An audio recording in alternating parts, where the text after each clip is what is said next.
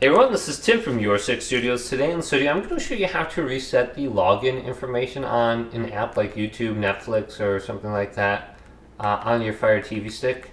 All we have to do is go on over to the apps right here, go to Applications, go to Manage Installed Applications, and just clear the data specifically for that. So we can go on down, maybe YouTube for example, we can go to this, and then we go to Clear Data.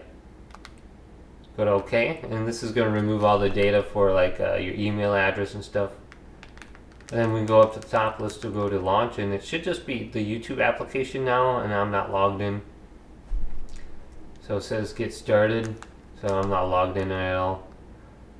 So hopefully this video did indeed help you out. If it did, leave it a big thumbs up, and subscribe to my channel down below for more checkout videos coming up next on YourSix Studios.